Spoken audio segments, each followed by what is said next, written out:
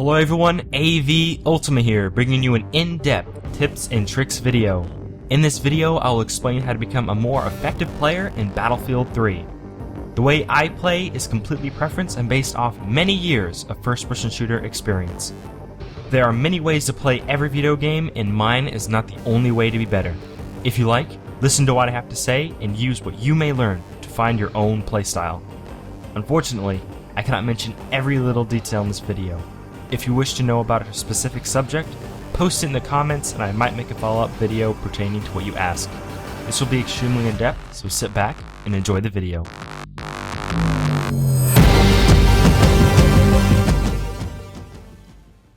Classes. Which one should you choose?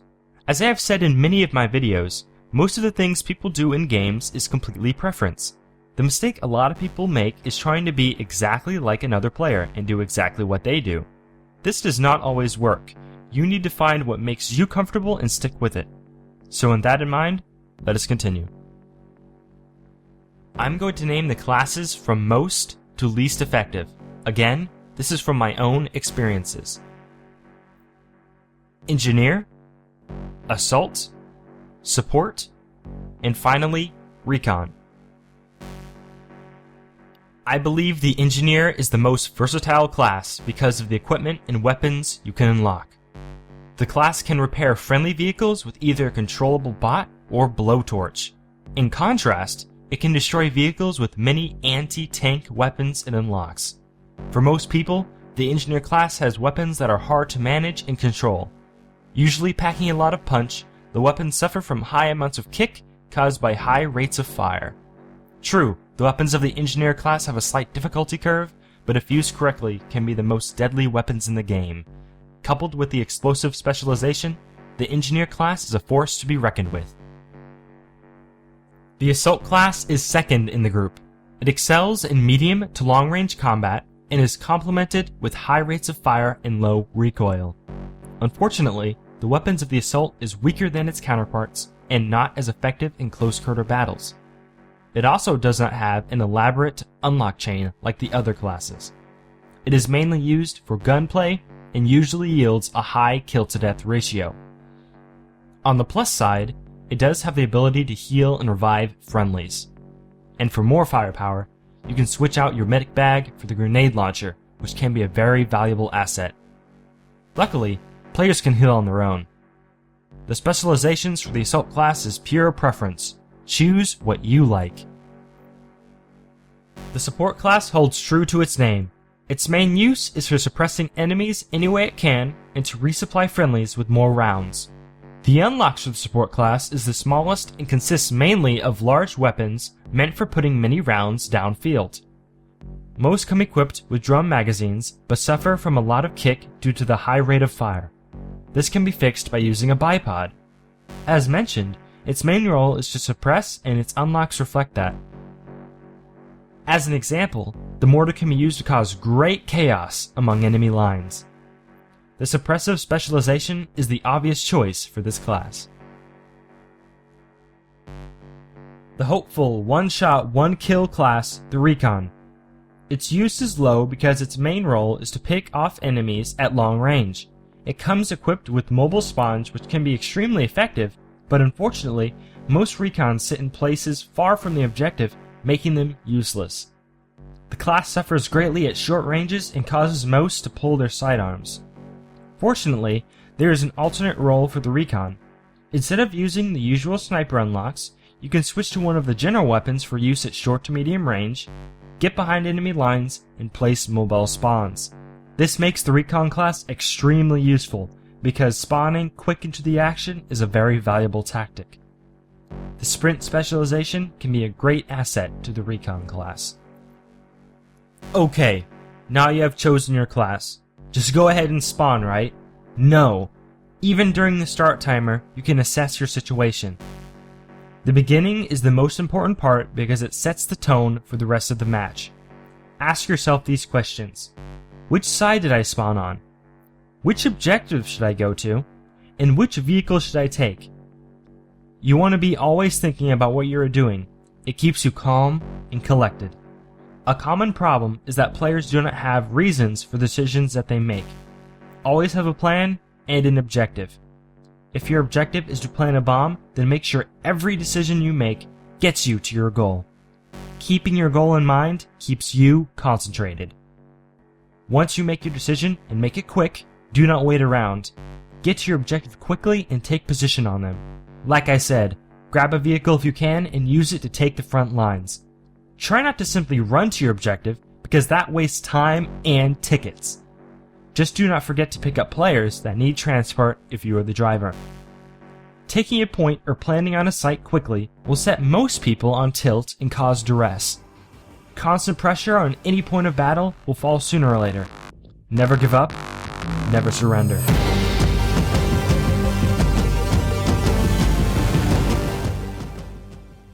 Do the objective and do not hesitate. Assess the situation and act. Even if you die, being on the front lines might encourage other players to take your place and make a play. Even in death, you can help the team. Take logical risks and think about what you're about to do. If there is a risk involved, think of the benefits if you succeed. For example, if you're attacking a bomb site, the main risk is death and loss of a ticket. If successfully executed, it may encourage teammates to move up, squad spawn, or plant a bomb. Keep in mind, even if you die after a plant, the enemy still needs to defuse. The enemy also has the same trials to face. Push them more than they push you. Both sides have one big advantage right from the start. Teammates. Use them. Even though sometimes they do not do what you want, you have to believe that when it matters most, they will come through. Having this thought will encourage you to do more. If you think as a single man in-game, you will fail. You have now made the decision to attack a bomb site or point. How should you maneuver your way across the battlefield? My main rule, always take the path less traveled. Meaning, you should always try to move around the battlefield and shoot toward the middle. Only move down the main pathway if it is your last option. For example, when entering a building, find a side entrance, back door, or try to get in through the top. Defenders might have the camping advantage, but they can only watch so many ways at once. The most common player will look toward the most common way of entry. So if you go in through an entrance that is not commonly traveled, you can take most players off guard. Like I said at the beginning of the video, keep cool and assess your situation logically. A tactic I call reposition and reacquire. I would not call this a run and gun tactic, as run and gun is more of a volatile style that has the player constantly moving from one place to another in an erratic manner. It is more of a defensive style, where you stick to a position for a short amount of time, do what you can from that position, and then move to the next. You repeat this process rapidly, so enemies cannot get a bead on your position easily. Be sure to constantly watch your radar and take note of where your friendlies are. Assume wherever there is no friendly, there is an enemy. For every enemy you see, spot them using the Q key no matter what. This helps friendlies in case you miss your target. Also check every corner and hiding spot. Those steps may seem tedious, but it's completely worth it in the long run. Get used to checking those corners and you'll be clearing buildings all by yourself. And while doing all of this, be sure you are taking the least traveled path. This tactic can be used to quickly and carefully move across the battlefield. So, when should you reposition and reacquire? Logically, it works in every single situation. If you are being suppressed, you need to reposition to a place you are not being suppressed and reacquire the enemy. If you are completely alone, search for a new position until you find the enemy. It's that easy. Remember, always be moving toward your objective. Unfortunately, there are situations where you can get stuck in a choke point and cannot proceed. The best option is to double back and find another lane to flank, or in the very least, charge forward and try to gain some ground. Do not fall for this trap of getting stuck in a lane for long periods of time. So many people make this mistake and waste many minutes and tickets on a lost cause. As I mentioned, if you take the least traveled path, you will rarely be held up at choke points. But on some maps, it forces you through these chokes. This is usually the case for Operation Metro and Grand Bazaar. Even in this situation, you still need to follow the rules of reposition and reacquire. Always be moving toward your objective in an effective manner. Moving up and attempting to make a play and dying is more effective than staying back and wasting tickets. To be a better player, you need to take the initiative. You cannot get better if you have everyone else doing the work. Obviously, knowing how to use your weapon is core to the game of Battlefield. There is no way to completely remove recoil. You can only dampen it by using certain attachments, changing your firing mode, and/or particular mouse control. The foregrip or bipod can be used to decrease vertical kick. Unfortunately, the bipod only works when deployed on a low wall or when prone. Even with these items attached, be sure to switch between different firing modes to increase efficiency at certain ranges. When firing at a target at long range, switch to semi-automatic using the V key. Some weapons have a burst capability which can be used at all ranges. Do not forget to switch back to full auto when entering close quarter areas. Aim at the center of mass when firing at full auto. As you are firing, move the mouse toward you slowly to increase accuracy. Accuracy is decreased significantly when firing from the hip and should only be done at extreme close distance. Always aim down the sights when at medium to long range. Most of what I said pertained to attacking an objective. What if you are trying to defend? Your best tactic is to move up to a forward position away from your objective and hold that point. When that point becomes overrun, reposition to a fallback point. This is practically the reposition and reacquire tactic, but moving backwards. If you can help it, do not fall back all the way to your objective. It is best to meet the enemy in the field than in your base. All of these situations can be quickly changed by one thing: vehicles. Vehicles are the major league hitters for the Battlefield franchise. They can make a huge difference in how the game is played. Debatably, the tank is the best of the vehicles. It is heavily armored, can be equipped with high damage dealing weapons, and is the most diverse. It can gain forward progress, give suppressive fire from long ranges, and makes really nice mobile cover. It holds 2 people, but with the CITV specialization, it becomes 1 seat greater. With any vehicle, you want to be constantly changing position as not to attract engineers.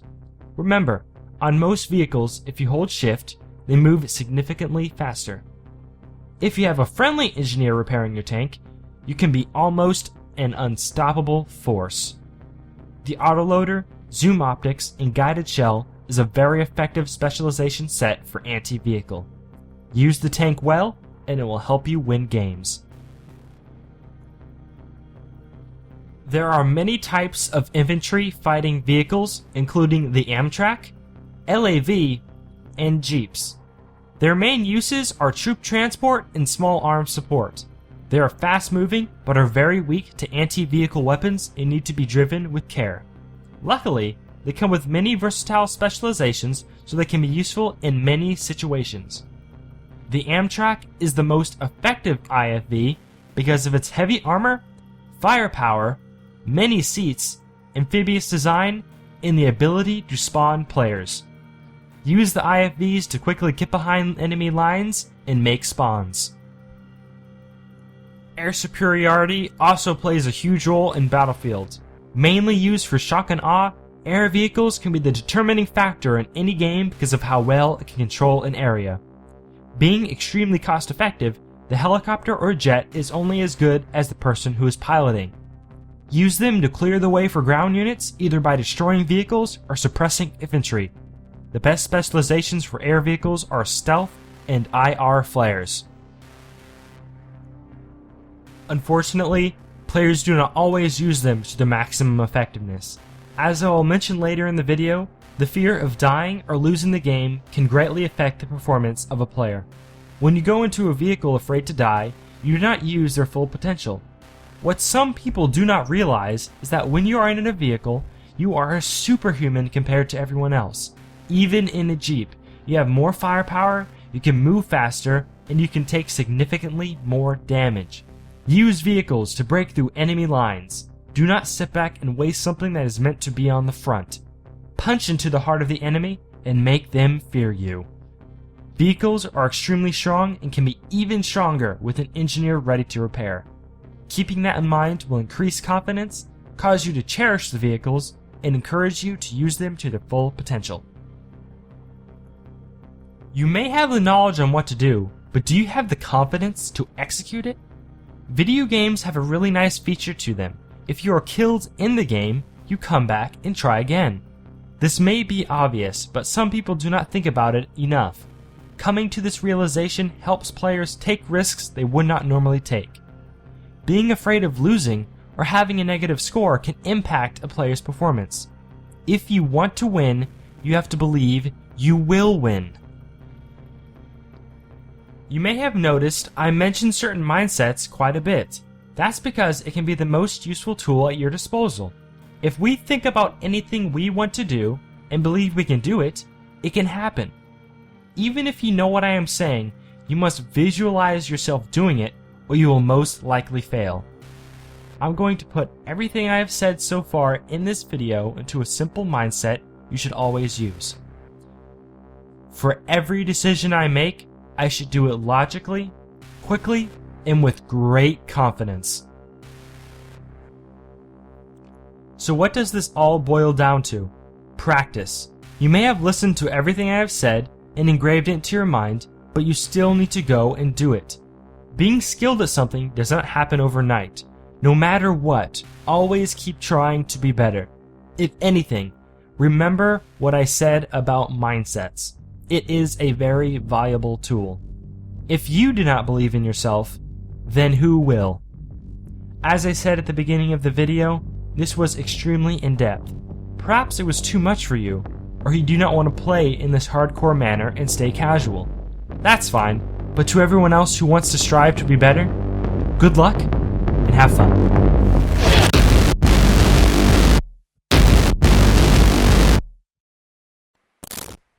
I hope you enjoyed the video, and I really hope you all learned something new.